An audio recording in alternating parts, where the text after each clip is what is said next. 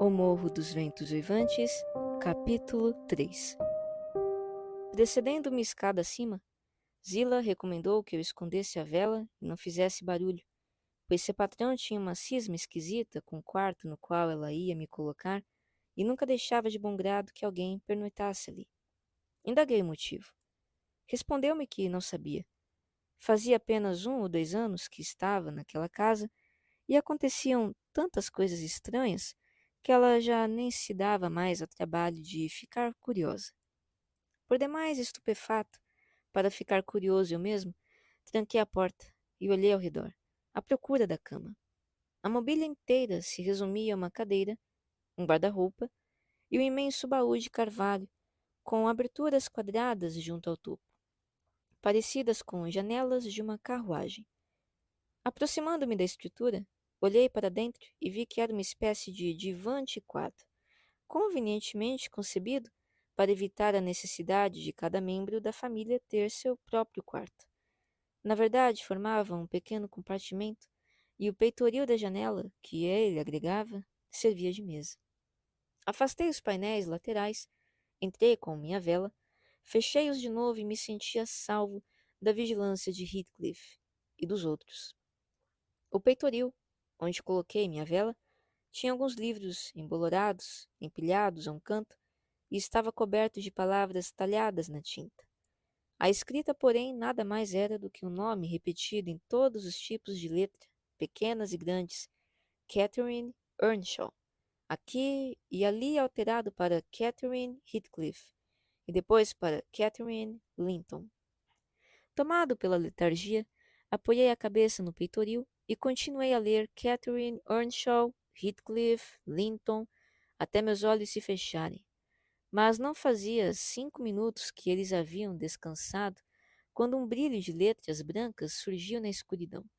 Vívidas como espectros, o ar estava tomado por Catherines, e erguendo-me para dissipar a imagem do nome inoportuno, percebi que o pavio da minha vela encostava num dos livros antigos, enchendo o lugar com um cheiro de couro queimado. Soprei o pavio, e muito indisposto, devido ao frio e à náusea, sentei-me e abri sobre os joelhos o volume queimado. Era uma Bíblia, em tipo pequeno e cheirando horrivelmente a mofo. A folha de rosto trazia a inscrição: pertence a Catherine Earnshaw, e uma data, de 1/4 de século antes ou coisa assim. Fechei o livro e apanhei outro, e mais outro, até tê-los examinado a todos. A biblioteca de Catherine era seleta, e seu estado dilapidado provava que tinha sido bem usada, embora nem sempre com um propósito legítimo. Poucos eram os capítulos que haviam escapado a um comentário, ou que pareciam ser comentários. A tinta cobrindo todo o espaço em branco deixado pelo tipógrafo. Alguns eram frases soltas, outras partes assumiam a forma de diário regular, rabiscado com uma caligrafia infantil. No alto de uma página adicional, um tesouro e tanto. Provavelmente, ao ser descoberta, divertia-me bastante a contemplar uma excelente caricatura de meu amigo Joseph. Não passava de um tosco esboço, mas realizado com talento. O interesse imediato pela desconhecida Catherine acendeu-se em mim, e comecei então a decifrar seus desbotados hieróglifos. Que domingo horrível! Começava o parágrafo abaixo. Queria que meu pai estivesse aqui. Hindley é um substituto detestável. Sua conduta para com Heathcliff é atroz. H e eu vamos nos rebelar. Demos os primeiros passos hoje à tarde. Choveu sem parar o dia todo. Não pudemos ir à igreja, de modo que Joseph teve de reunir uma congregação no sótão, enquanto Hindley e sua esposa ficaram lá embaixo, confortavelmente instalados diante da lareira, fazendo qualquer coisa, menos ler a Bíblia. Posso jurar. Heathcliff e eu, o pobre rapaz dourado, fomos obrigados a pegar nossos livros de oração e subir, dispostos numa fileira sobre um saco de milho, resmungando e tiritando de frio, e esperando que Joseph também tiritasse, para que o sermão fosse mais curto. Vã esperança. O serviço durou exatas 3 horas, E ainda assim meu irmão teve a petulância de perguntar quando nos viu descendo. O quê? Já terminaram? Nas tardes de domingo, costumávamos ter permissão para brincar, se não fizéssemos muito barulho. Agora, um ruído de nada é suficiente para que nos ponham de castigo. Esquece quem manda aqui, diz o tirano. Acabo com o primeiro que me irritar. Faço questão de compostura e silêncio absolutos. Ah, foi você, menino?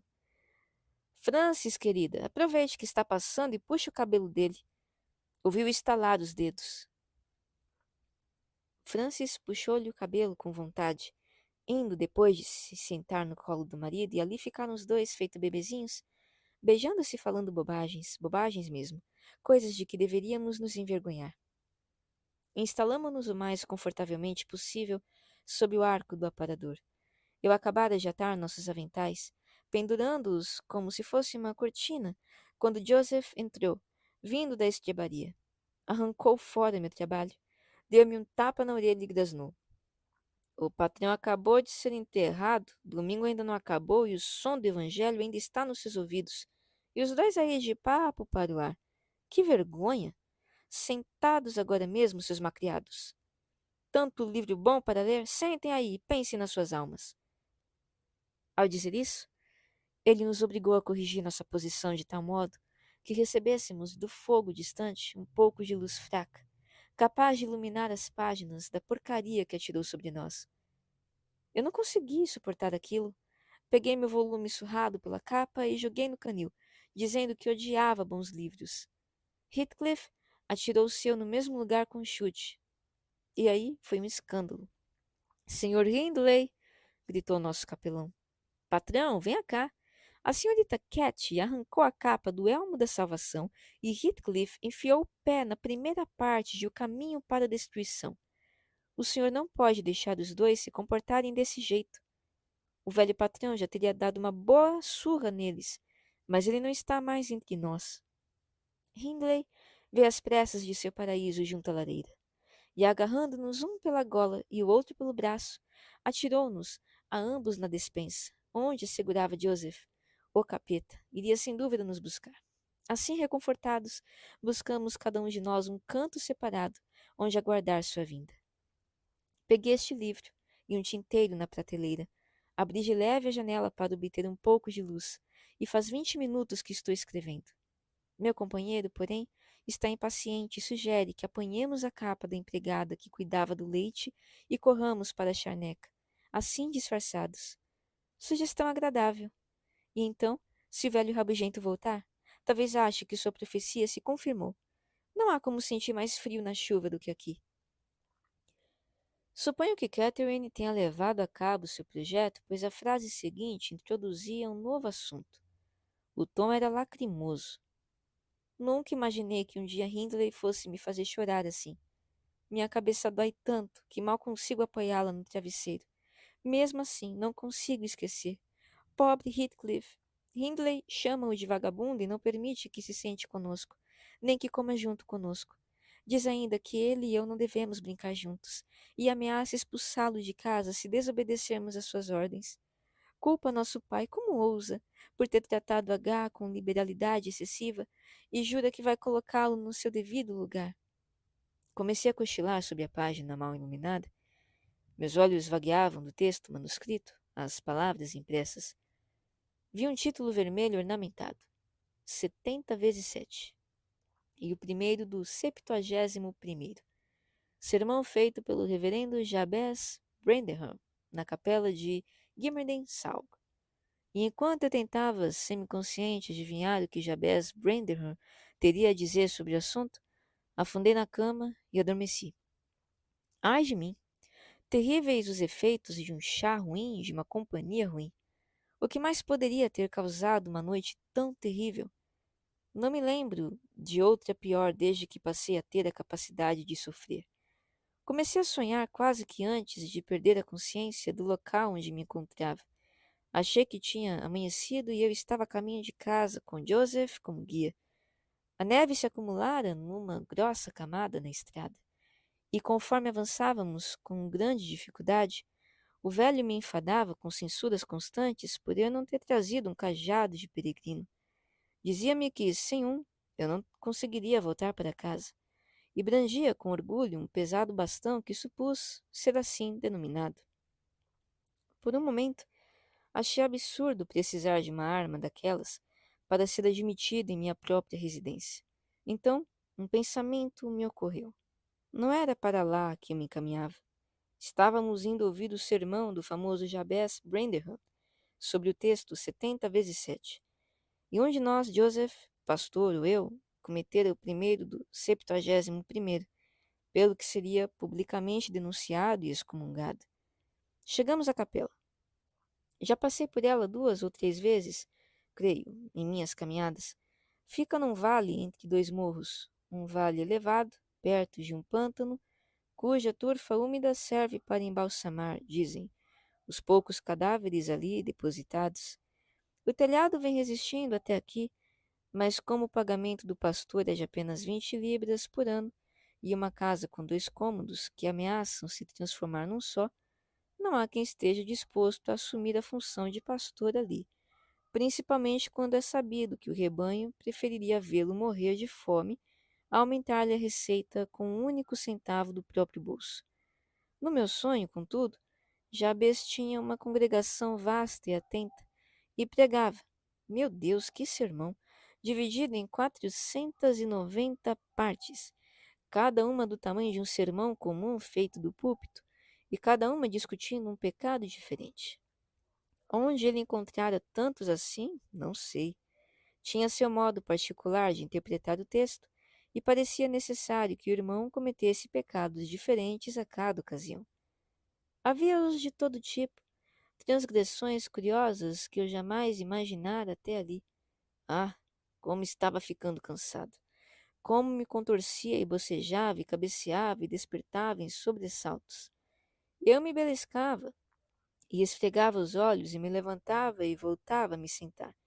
E dava cotoveladas em Joseph para que ele me informasse se aquilo algum dia teria fim. Estava condenado a ouvir tudo. Finalmente ele chegou ao primeiro do 71º. Nesse ponto crítico, uma súbita inspiração desceu sobre mim. Levantei-me e denunciei Jabez Branderham como culpado daquele pecado que cristão algum precisa perdoar. Senhor, exclamei, sentando aqui entre estas 4 paredes, suportei e perdoei as 490 partes do seu sermão. 70 vezes 7 vezes, peguei meu chapéu e estive a ponto de ir embora. 70 vezes 7 vezes, o senhor me obrigou a retornar a meu assento. 491 partes já são demais. Companheiros de martírio, ao ataque! Vamos arrastá-lo para fora do púlpito e reduzi-lo a um punhado de átomos, para que ele suma para sempre. És tu o homem, clamou Jabez após pausa solene, debruçando-se no púlpito. 70 vezes, 7 vezes contorceste teu rosto. 70 vezes, 7 vezes consultei minha alma. Eis a fraqueza humana. É preciso absolvê-la também. Chegamos ao primeiro do 71º. Irmãos, executai a sentença a ele prescrita. Honrai todos os santos do Senhor. Ante essas palavras, a congregação inteira, brandindo seus bastões de peregrino, cercou-me rapidamente, e eu, não possuindo uma arma com que me defender, comecei a lutar com Joseph, meu agressor mais próximo e feroz, para me apoderar da sua. Na confluência da multidão, vários bastões se entrechocaram. Golpes destinados a mim caíram sobre outras cabeças. Em pouco tempo, a capela ressoava com pancadas de ataque e defesa. Cada um se revoltava contra o vizinho, e Branderham, não querendo ficar parado, despejava seu zelo numa chuva de batidas fortes nas tábuas do púlpito, que respondiam tão prontamente a ponto de, para meu indizível alívio, acabar me acordando. E o que sugerira o tumulto tremendo? O que fizera o papel de Jabez? Nada mais do que o galho de pinheiro que tocava minha janela, incitado pelo vento, e batia com suas pinhas secas contra a vidraça. Escutei hesitante por um momento. Após descobrir o que perturbava meu sono, virei-me e adormeci, sonhando de novo. Um sonho ainda pior do que o anterior, se é que isso era possível. Dessa vez me lembrava de que estava deitado no compartimento de carvalho e ouvia claramente a ventania e a neve açoitando o telhado. Também ouvia o galho do pinheiro repetir seu ruído incômodo e sabia de onde vinha o barulho. Mas me incomodava de tal modo que resolvi silenciá-lo. Levantei-me e tentei abrir a janela. A lingueta estava soldada na armela, fato que eu notara quando acordado, mas logo esquecera. Tenho que acabar com isso de qualquer maneira, murmurei, atravessando a vidraça com o punho fechado e esticando o braço a fim de agarrar o galho importuno. Em vez disso, meus dedos se fecharam sobre os de uma pequenina e gélida mão. O horror intenso do pesadelo me invadiu. Tentei puxar de volta o braço, mas a mão se apoderara dele e uma voz extremamente melancólica soluçou. Deixe-me entrar, deixe-me entrar. Quem é você? Perguntei, enquanto lutava para me soltar. Catherine Linton, respondeu a voz trêmula. Por que pensei em Linton? Tinha lido o nome Earnshaw 20 vezes mais. Voltei para casa. Estava perdida na charneca. Enquanto ela falava, discerni na escuridão o rosto de criança olhando pela janela. O terror tornou-me cruel. Vendo que era inútil tentar me livrar da criatura, puxei-lhe o punho através da vidraça quebrada, roçando-o para dentro e para fora até que o sangue começou a escorrer e encharcou os lençóis. Ainda assim ela choramingava. Deixe-me entrar. E seguia me apertando firmemente, quase me enlouquecendo de medo. Como posso fazer isso? Perguntei por fim. Solte-me, se quer que eu a deixe entrar. Os dedos relaxaram. Puxei os meus para dentro pelo buraco. Empilhei depressa os livros numa pirâmide a fim de tapá-lo e cobri os ouvidos para não ouvir o pedido choroso. Acho que fiquei assim por uns 15 minutos. No momento em que os destapei, contudo, lá estava o triste gemido outra vez. Vá embora! Gritei. Jamais vou deixá-la entrar, nem que fique aí pedindo por 20 anos. Já faz 20 anos. A voz se lamuriou. 20 anos. Estou perdida, faz 20 anos. Com isso, comecei a ouvi-la arranhar de leve a vidraça e a pilha de livros se moveu, como se alguém empurrasse de fora. Tentei me levantar, mas não conseguia me mexer, então dei um grito, num frenesi de pavor. Para meu espanto, descobri que o grito não foi imaginário. Passos rápidos se aproximaram da porta do meu quarto e alguém abriu com força. Uma luz brilhou nos quadrados no alto do compartimento. Sentei-me, trêmulo, e enxuguei o suor da testa. O intruso pareceu hesitar e murmurou qualquer coisa para si mesmo. Por fim, perguntou quase que num sussurro e, obviamente, sem esperar ouvir uma resposta: Tem alguém aí? Achei melhor confessar minha presença, pois reconheci a voz de Heathcliff e temi que ele continuasse a busca se ficasse quieto. Com essa intenção, abri os painéis da porta. Tão cedo não hei de esquecer do efeito que minha ação produziu. Heathcliff estava parado junto à entrada de camisa e calça, uma vela escorrendo em seus dedos e o rosto tão branco quanto a parede atrás dele. O primeiro estalido do carvalho sobressaltou-o como se fosse um choque elétrico. A vela saltou de sua mão e foi parar a alguns metros de distância. Sua agitação era tal que ele mal conseguiu apanhá-la de volta. Sou eu, seu hóspede, senhor! Exclamei, querendo poupar-lhe a humilhação de expor ainda mais sua covardia. Tive a infelicidade de gritar enquanto dormia devido a um terrível pesadelo. Peço desculpas se incomodei. Ah, diabos o carreguem, Sr. Lockwood. Que o senhor vá para o...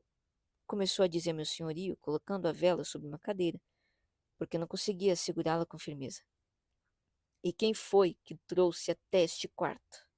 Continuou ele, enterrando as unhas na palma das mãos e rangendo os dentes para controlar o tremor do queixo. Quem foi? Penso seriamente em expulsar de casa agora mesmo quem fez isso. Foi sua criada, Zilá, respondi, pulando da cama e vestindo-me depressa. E eu não haveria de me incomodar se fizesse isso, Sr. Heathcliff. Ela bem o merece. Suponho que queria ter a minha custa, mas uma prova de que este lugar é mal assombrado. Pois bem, é mesmo. Está infestado de fantasmas e goblins. O senhor tem todos os motivos para deixá-lo trancado, e lhe garanto.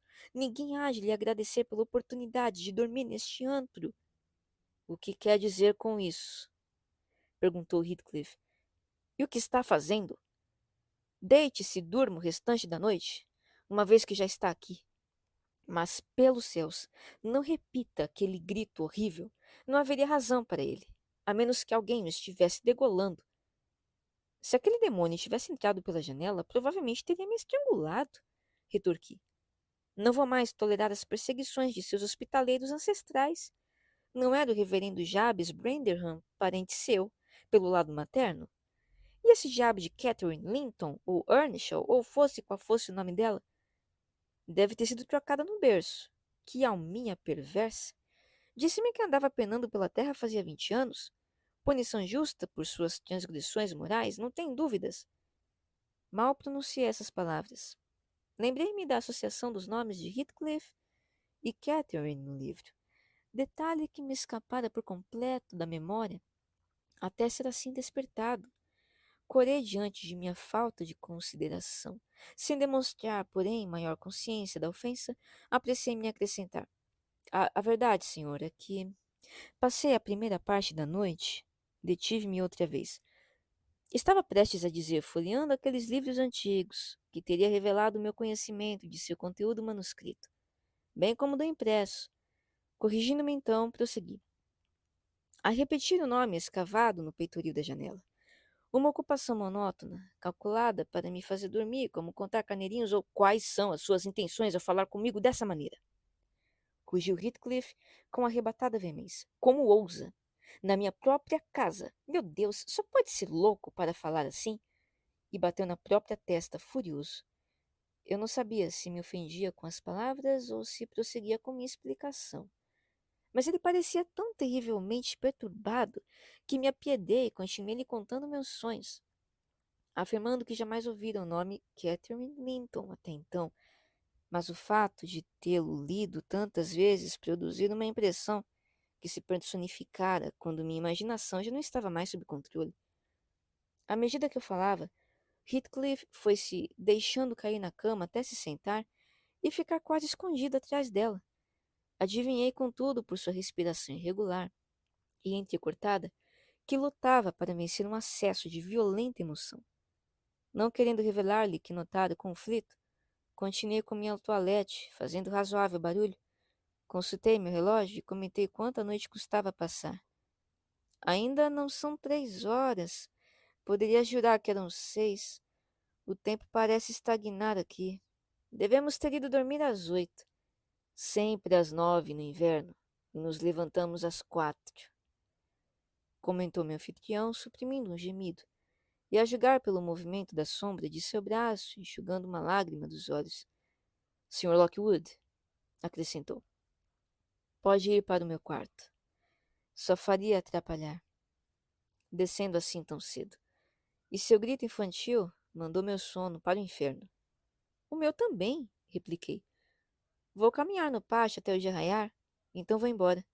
E não precisa recear que eu volte. Já estou curado do vício de procurar prazer na companhia de outras pessoas, no campo ou na cidade. Um homem sensato deve se contentar com sua própria companhia. Ótima companhia, murmurou Heathcliff. Pegue a vela e vá para onde quiser. Vou me juntar ao senhor daqui a pouco. Mas não vá para o pátio. Os cachorros estão soltos e a sala. June está de guarda lá. E não, o senhor só vai poder andar pelas escadas e pelos corredores. Mas vá logo. Vou daqui a 2 minutos. Obedeci, ansioso para sair daquele quarto. Ignorando, porém, aonde levavam os estreitos corredores, fiquei parado e testemunhei, involuntariamente, uma demonstração de superstição por parte de meu senhorio, que estranhamente contradizia sua aparente sensatez. Ele subiu na cama e abriu a gelosia, irrompendo, ao fazê-lo num incontrolável acesso de choro. Entre, entre, soluçava. Cat, entre. Ah, por favor, uma vez mais. Ah, minha adorada, ouça-me desta vez, Catherine, por fim. O espectro mostrou um capricho digno dos espectros. Não deu sinais de existência. A neve e o vento, porém, entraram rodopiando freneticamente, chegando até onde eu estava e apagando a vela. Havia tanta angústia na torrente de dor que acompanhava aquele delírio que a compaixão me fez esquecer sua loucura e me afastei, um pouco zangado comigo mesmo por ter escutado tudo aquilo e envergonhado por ter relatado meu ridículo pesadelo, já que causara tanta agonia, embora o porquê estivesse além da minha compreensão. Desci cautelosamente e me vi nos fundos da cozinha, onde um resquício de fogo, num monte compacto, permitiu-me acender de novo a vela. Nada se mexia, exceto um gato malhado que saiu do meio das cinzas e me saudou com um miado lamuriento. 2 bancos de formato arredondado cercavam quase que por completo a lareira. Estendi-me sobre um deles, e o gato, mal encarado, subiu no outro. Estávamos ambos cochilando quando alguém invadiu nosso retiro. Era Joseph, descendo por uma escada de madeira que desaparecia através de uma abertura no teto. A entrada para o sótão, suponho. Lançou um olhar sinistro para a chama que o reavivara, espantou o gato do seu lugar e foi ocupá-lo ele próprio, iniciando então a operação de encher de fumo um cachimbo. Minha presença em seu santuário era, obviamente, considerada por demais impertinente, para merecer qualquer comentário. Ele levou o cachimbo silenciosamente aos lábios, cruzou os braços e se pôs a fumar. Deixei-o desfrutar de seu prazer sem incomodá-lo. Depois de expelir a última baforada e dar um suspiro profundo, Joseph se levantou e saiu tão solenemente quanto entrara. Ouvi em seguida passos mais elásticos e abri a boca para dar bom dia, mas fechei de novo, sem pronunciar o cumprimento, pois Harrington Earnshaw dizia suas orações numa série de pragas dirigidas a cada objeto que tocava, enquanto procurava num canto uma pá para remover a neve. Olhou por cima do encosto do banco, dilatando as narinas, e fez tanta questão de trocar cortesias comigo, quanto com meu companheiro, o gato. Imaginei por seus preparativos que já me era permitido sair, e deixando o meu sofá duro, fiz um gesto no sentido de segui-lo. Ele notou e apontou para uma porta interna com o cabo da pá, indicando, com um som inarticulado, que era por ali que eu deveria sair se fosse deixar a cozinha. A porta se abria para a sala, onde as mulheres já estavam de pé. Zilá, avivando o fogo com um fole imenso que lançava faíscas, chaminé acima, e a senhora Heathcliff, ajoelhada diante da lareira, lendo o livro à luz das chamas. Tinha a mão interposta entre o calor do fogo e os olhos e parecia absorvida em sua ocupação, pondo-a de lado somente para repreender a criada por cobri-la de faíscas ou para afastar um cachorro que, de quando em quando, metia um focinho em seu rosto. Fiquei surpreso ao ver Heathcliff ali também. Estava de pé junto à lareira, de costas para mim, e acabava de esbravejar com a pobre Zilá, que de tempos em tempos interrompia o trabalho para erguer a ponta do avental e dar um gemido indignado. E você, sua imprestável! Irrompeu ele, quando entrei, voltando-se para a nora e usando um epíteto tão inofensivo quanto pata ou ovelha, mas geralmente representado por reticências. Aí está você à toa, como sempre. Os outros trabalham para ganhar o pão e você vive da minha caridade. Ponha de lado esse lixo e vá procurar algo para fazer. Há de me pagar pela maldição de tê-lo eternamente diante de mim. Está me ouvindo, mulher dos diabos? Vou colocar este lixo de lado porque o senhor pode me obrigar, se eu recusar, respondeu a moça, fechando o livro e jogando-o numa cadeira. Mas não faço mais nada, exceto o que eu tiver vontade de fazer, ainda que o senhor fique mudo de tanto praguejar. Heathcliff ergueu a mão e a moça recuou a uma distância mais segura, obviamente familiarizada com seu peso. Sem o menor desejo de assistir a uma briga, avancei energicamente, como se quisesse compartilhar do calor da lareira e ignorasse por completo a discussão interrompida. Ambos tiveram decoro suficiente para suspender ulteriores hostilidades. Heathcliff colocou as mãos nos bolsos para resistir à tentação. A senhora Heathcliff franziu os lábios e foi se sentar longe dali, onde manteve sua promessa, fazendo as vezes de estátua durante o restante da minha estada, que não se alongou muito mais. Recusei o convite para acompanhá-los no café da manhã. E à primeira luz da aurora, aproveitei para sair ao ar livre, agora límpido, calmo e frio, como gelo impalpável. Antes que eu chegasse ao final do jardim, meu senhorio gritou-me que parasse e se ofereceu para me acompanhar na travessia da charneca. Ainda bem que o fez, pois o outro lado do morro era todo ele um verdadeiro oceano ondulado e branco. As ondulações não indicavam, porém, elevações e depressões correspondentes no chão. Muitos poços estavam cheios até a borda, e montes inteiros, refúgio das pedreiras, tinham desaparecido do mapa, que a caminhada da véspera imprimira em minha memória. Eu notara num dos lados da estrada, a intervalos de 5 ou 6 metros, uma fileira de pedras, marco que continuava por toda a extensão do pântano. Tinham sido colocadas ali, caiadas, com o propósito de servir de guia no escuro, e também para quando uma nevasca como aquela confundia as profundezas do pântano de ambos os lados, da estrada com a terra firme do caminho.